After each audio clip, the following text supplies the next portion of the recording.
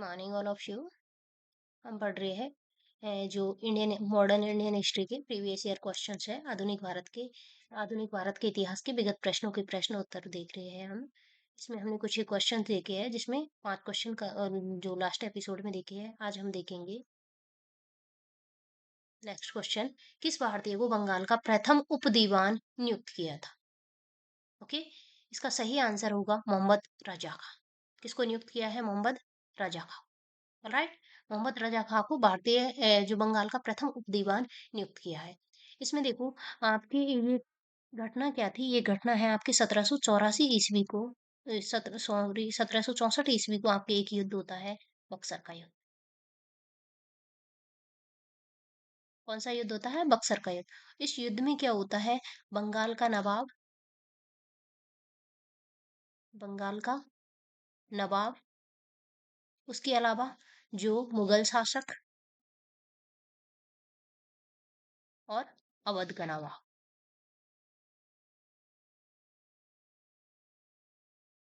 ये तीनों यानी कि एक त्रिगुट है और इनके विरुद्ध होता है अंग्रेज। अंग्रेज वर्सेस इन तीनों के मध्य एक युद्ध होता है और वो युद्ध होता है आपके 1764 ईस्वी को। और ये युद्ध कौन सा है? आपके बक्सर का युद्ध। और इस युद्ध का परिणाम ये निकला है कि ये तीनों हार गए हैं और अंग्रेज जीते हैं। ओके, इसके पश्चात एक संधि होती है और वो संधि होती है आपकी इलाहाबाद की संधि। कौन सी संधि है? इलाहाबाद की संधि। इलाहाबाद की संधि होती है आपके अगस्त 1765 ईस्वी। 1764 का युद्ध होता है, अगस्त 1765 ईस्वी को संधि होती है। और इसके पश्चात जो इस समय अंग्रेजों का नेतृत्व कर रहा था, कौन? Lord Clive. ये घटना हो चुकी है और लॉर्ड क्लाइव ने क्या किया है? जो बंगाल का जो प्रशासन है, यानी कि बंगाल की जो वास्तविक शक्ति है, वो किसके पास आ चुकी है? वास्तविक शक्ति आ चुकी है किसके पास? लॉर्ड क्लाइव के पास। लेकिन लॉर्ड क्लाइव ने क्या किया था यहाँ पर? जो बंगाल की जो शक्ति है, बंगाल की शक्ति डायरेक्ट अपने हाथ में नहीं ली और यहाँ पर क्या किया था? द्विवेदी शासन अपनाया। द्विवेदी शासन में क्या था? जो बंगाल का जो नवाब है, वो कठपुतली शासक बना दिया। यानी कि किसके नाम से शासन संचालन हो रहा है? बंगाल के नवाब से। लेकिन एक्चुअल में जो शक्ति किसके पास है? कंपनी के पास, ईस्ट इंडिया कंपनी के पास वास्तविक शक्ति है। अब इन्होंने क्या किया है? जो शासन है, शासन को दो पार्टों में डिवाइड किया है। एक है आपकी निजामती और दूसरी है दीवानी। निजामती जिसे हम प्रशासनिक भी बोल सकते हैं। जो दीवानी शक्ति है, उसे उसका संचालन करने के लिए जो क्लाइव के द्वारा 3 भारतीयों की नियुक्ति की गई है। उप दीवान के पद सृजन किए गए हैं और उनपे 3 भारतीयों को नियुक्त किया है। अब देखो 3 भारतीय कौन कौन थे? उसमें एक तो है आपके मोहम्मद रजा खा, और मोहम्मद रजा खा को कहाँ का उप दीवान नियुक्त किया है? बंगाल। बंगाल का प्रथम उप दीवान किसे किया नियुक्त किया गया था? मोहम्मद रजा खा को। दूसरे है राजा सिताव राय। राजा सिताव राय को उप दीवान नियुक्त किया गया था कहाँ का? बिहार का। बिहार का उप दीवान किसे नियुक्त किया गया है? राजा सिताव राय को। और तीसरा और था एक, राय दुर्लभ, सॉरी दुर्लभ राज। और दुर्लभ राज को उप दीवान नियुक्त किया गया था कहाँ का? उड़ीसा का। उड़ीसा का उप दीवान दुर्लभ राज को, बिहार का उप दीवान राजा सिताब राय को, और मोहम्मद रजा खा को कहाँ का उप दीवान नियुक्त किया गया है? बंगाल का। ओके, और ये इनका काम क्या था? कर वसूल करना। कर वसूल करना। देखो भारतीयों को नियुक्त क्यों किया है, उसकी वजह ये थी क्योंकि जो कंपनी के जो लोग थे, अंग्रेज वो थे, वो भारतीय भाषा से भी परिचित नहीं थे। दूसरा क्वेश्चन है आपके, लॉर्ड डलहौजी ने किस वर्ष यह घोषणा की है कि मुगल बादशाह बहादुर शाह के उत्तराधिकारियों को लाल किला खाली करना पड़ेगा? ओके, ये क्वेश्चन आया है यूपीटीजीटी 2021 ईस्वी में। ओके, इसका सही आंसर होगा 1849 ईस्वी। अब हम देखते हैं लॉर्ड डलहौजी के बारे में। लॉर्ड डलहौजी कौन था? लॉर्ड डलहौजी है गवर्नर जनरल, भारत की गवर्नर जनरल थे। भारत की गवर्नर जनरल थे और इनकी एक प्रमुख नीति थी जिसे हम सभी जानते हैं, गोद निषेध नीति। गोद निषेध नीति। और इसी का दूसरा नाम है राज्य हड़प नीति, जिसे हम हड़प नीति भी बोलते हैं। और इसी को हम इंग्लिश में बोलते हैं doctrine of lapse, doctrine of lapse. इसके तहत क्या होता था, अगर किसी शासक की संतान नहीं है, उनकी निसंतान मृत्यु होती है, तो उस रियासत का विलय ब्रिटिश साम्राज्य में कर ले। ओके।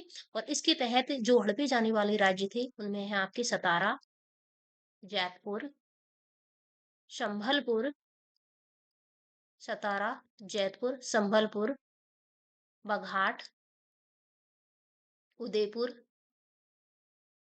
झांसी और नागपुर।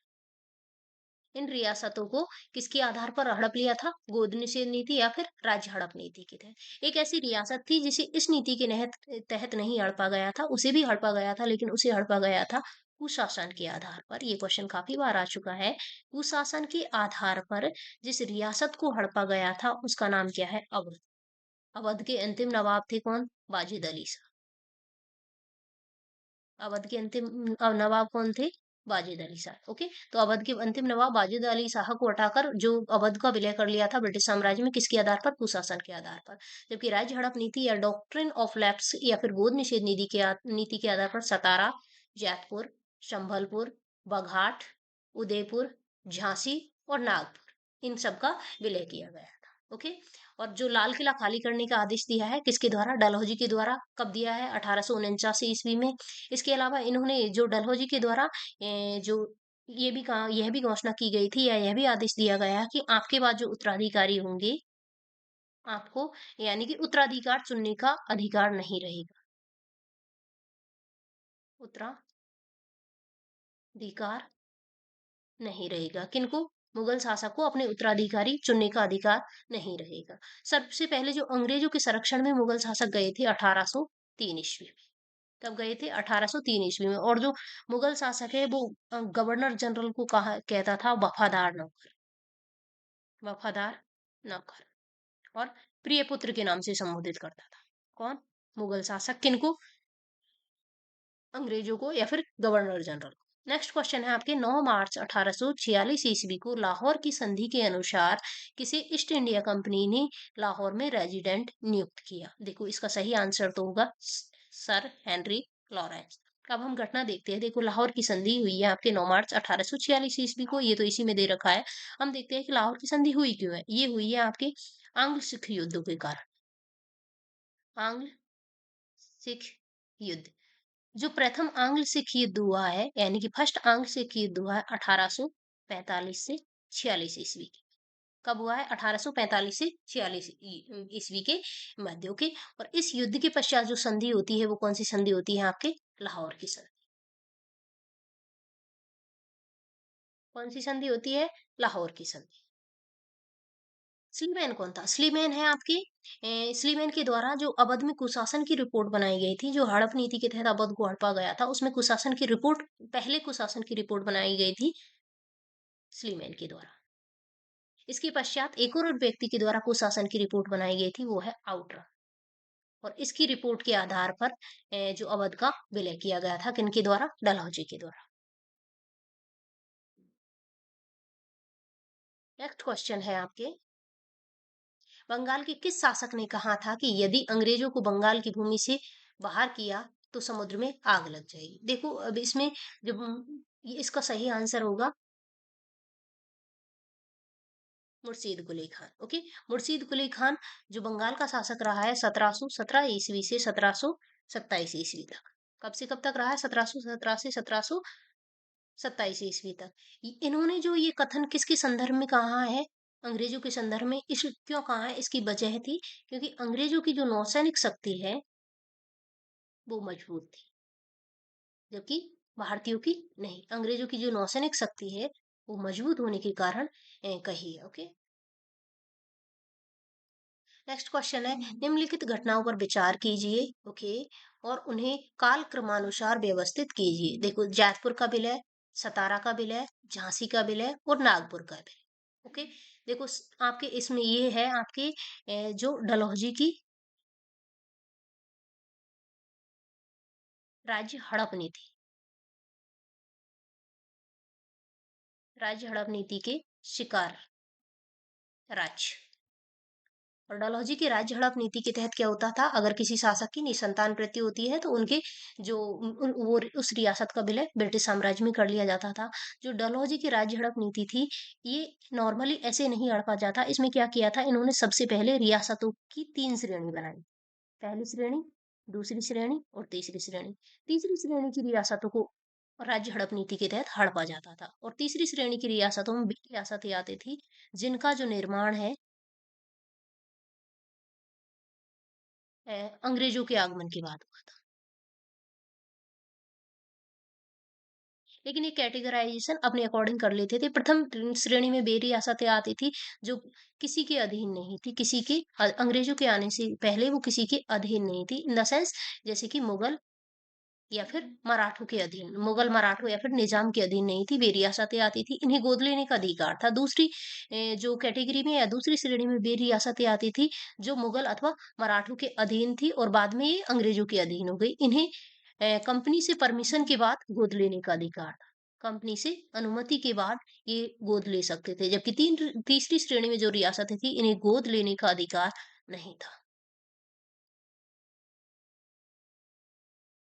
और इस नीति के तहत जो हड़पे गए राज्य थे उसमें सबसे पहला है सतारा, और इसका विलय किया गया था 1848 ईस्वी में। ओके, तो सतारा का विलय कब किया है? 1848 ईस्वी में। उसके पश्चात किया गया है जैतपुर का 1849 ईस्वी में। ओके, तो सबसे पहले है सतारा, दूसरा है जैतपुर, फिर आपके विलय किया गया है झांसी का 1853 ईस्वी। कहीं कहीं 1854 भी है, इसका एग्जैक्ट आंसर पता नहीं है देखो। और ये नागपुर का विलय तो 1854 ईस्वी में किया गया है। ओके, तो आपके सही आंसर आंसर होगा पहला जैतपुर, सॉरी पहला सतारा, दूसरे पे जैतपुर, फिर आपके होगा झांसी, और लास्ट होगा आपके नागपुर। ऑलराइट। जो अंतिम रियासत थी जिसका विलय किया गया था हड़प नीति के तहत वो थी नागपुर, 1854 ईस्वी।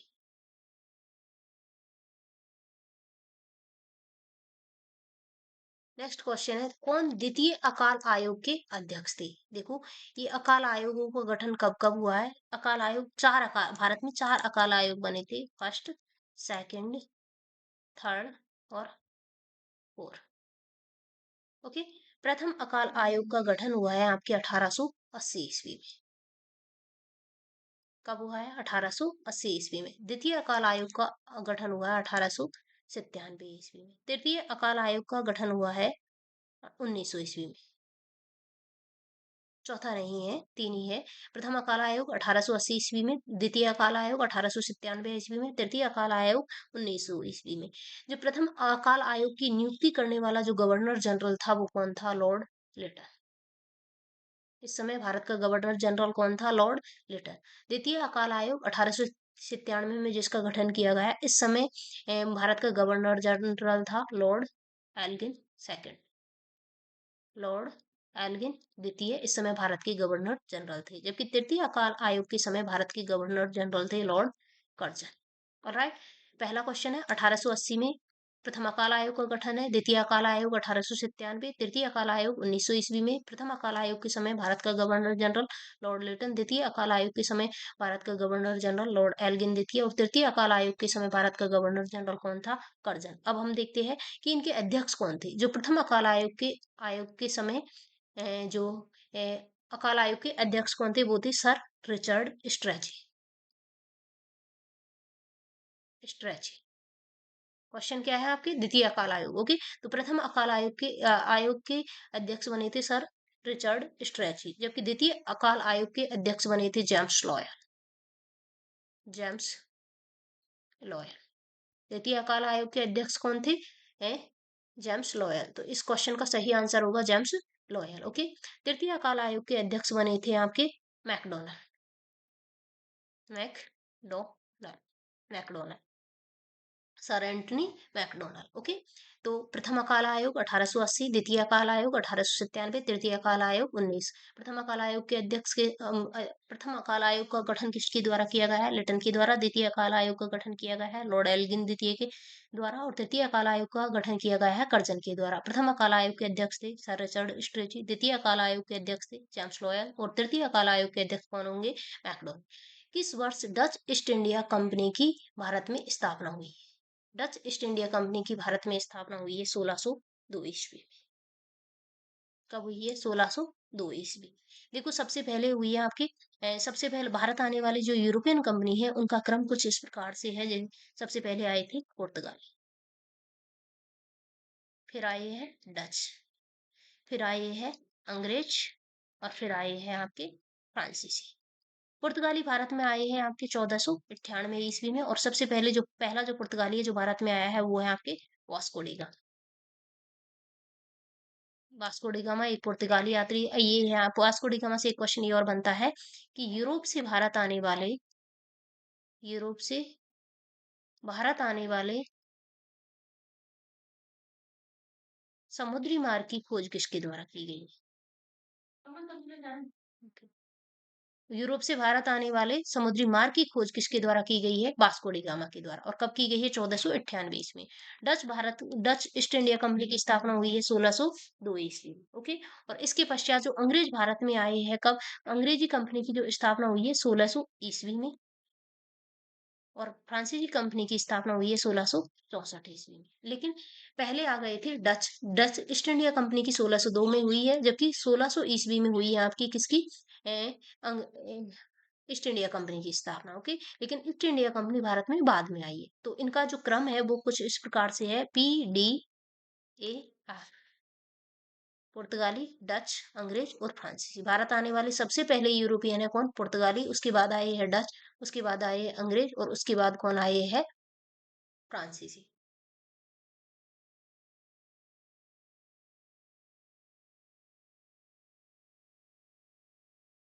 तो डच ईस्ट इंडिया कंपनी की स्थापना कब हुई है? 1602 ईस्वी। नेक्स्ट क्वेश्चन है किस प्रथा के तहत प्रत्येक एशियाई जहाज को पुर्तगालियों से पासपोर्ट लेना आवश्यक था? देखो ये प्रथाएं चलाई है किनके द्वारा? ये प्रथाएं चलाई गई है पुर्तगालियों के द्वारा। पुर्तगालियों के काफिला प्रथा क्या होती थी? काफिला प्रथा है, इसके तहत क्या होता था?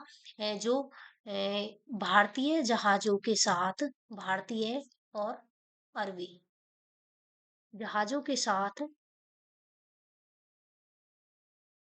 जो पुर्तगाली कुछ पुर्तगाली जहाज जाते थे। पुर्तगाली जहाज जो भारतीय और अरबी जहाजों की सुरक्षा व जासूसी हेतु जाते थे। कौन से?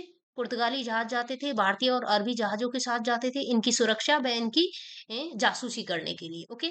इसके अलावा एक है आपकी कार्टेज प्रथा। कार्टेज प्रथा क्या है? कार्टेज प्रथा यह एक अनुमति पत्र था। अनुमति पत्र था जो भारतीय एवं अरबी जहाजों को लेना पड़ता था। ओके। यह एक अनुमति पत्र था जो भारतीय और अरबी जहाजों को लेना पड़ता था। किससे लेना पड़ता था? पुर्तगालियों से। पुर्तगालियों से अनुमति पत्र था जो किससे लेना पड़ता था? पुर्तगालियों से किसे लेना पड़ता था? भारतीय और अरबी जहाजों को। और एक होता है आपकी आर्मेड। आर्मेडा क्या है? आर्मेडा है यूरोप से भारत आने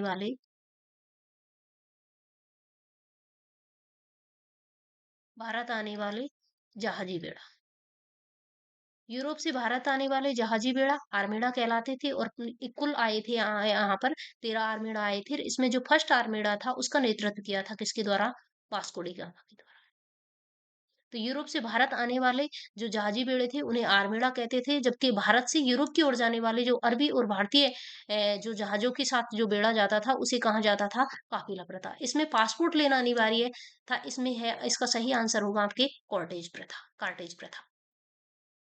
1690 ईस्वी में नेक्स्ट क्वेश्चन है जॉब चार्नक ने अंग्रेज कोठी की स्थापना कहाँ की? ये थोड़ी टाइपिंग मिस्टेक है। स्थापना कहाँ की है? और इसका सही आंसर होगा सुताना। सही आंसर क्या होगा? सुताना। Thank you for watching.